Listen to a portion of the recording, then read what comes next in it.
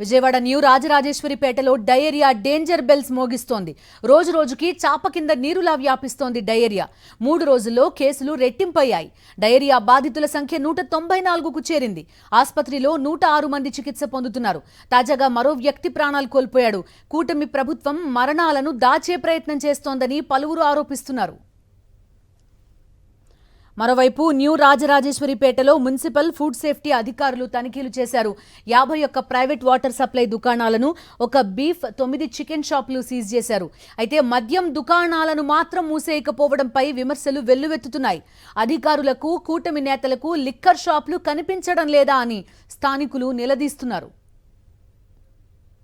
Already medical క్యాంప్కి వచ్చామండి. అయితే మా అమ్మగారికి బీపీ డౌన్ అవ్వలేదు, బీపీ బాగానే ఉందని చెప్పి ఇంటికి పంపించేశారు. సరే బీపీ డౌన్ అవ్వలేదు, మోషన్స్ అన్నాక ఎక్కువ అవుతాయి కదా, ఎప్పుడు బీపీ డౌన్ అవుతుందో తెలియదు కదా, అప్పుడు మీరు ఉంచుకోకుండా మీరు పంపించేశారు.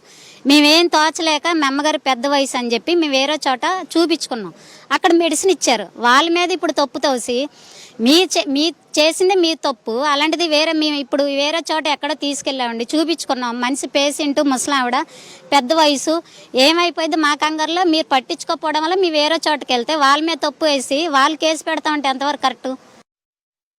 రాజరాజపేటలో 1000 కుటుంబాలు ఉంటే ఈ 1000 కుటుంబాల్లో ఎవరి పరిస్థితి ఎలాగుంది, వచ్చే పరిస్థితి ఉందా లేదా, లెగిసే పరిస్థితి ఉందా లేదా అనేది అది ఆ బాధ్యత నగరపాలక సంస్థ అధికారులది, రాష్ట్ర ప్రభుత్వం తీసుకోవాలి. ఇంటింటికి వెళ్ళాలి, ఇంటింటికి అవసరమైతే సంచార వైద్యం ద్వారా వైద్యం అందించాలి.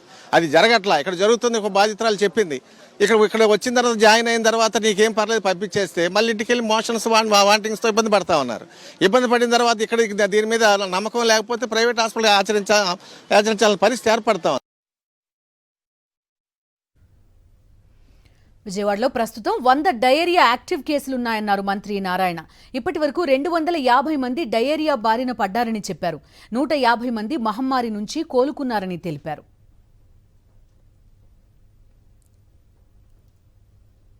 యాజ్ ఇట్ ఈస్గా ఇప్పుడైతే ఒక 100 కేసులు దాకా ఉన్నాయి. ఇక్కడ కానీ అక్కడ హెడ్ క్వార్టర్ హాస్పిటల్ కానీ 250 కేసులు దాకా వచ్చినాయి.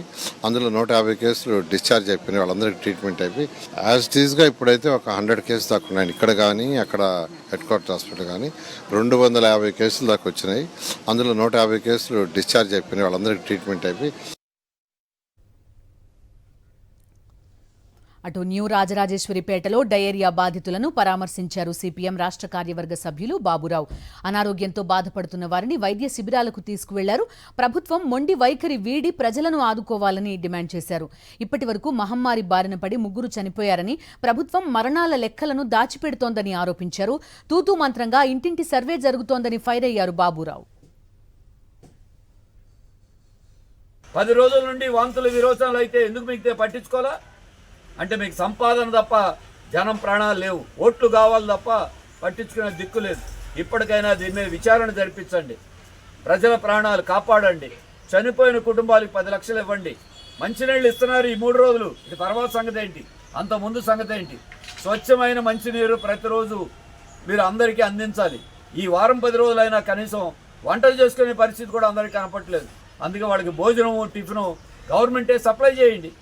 ఎక్కడి నుంచి తెచ్చుకోవాలి?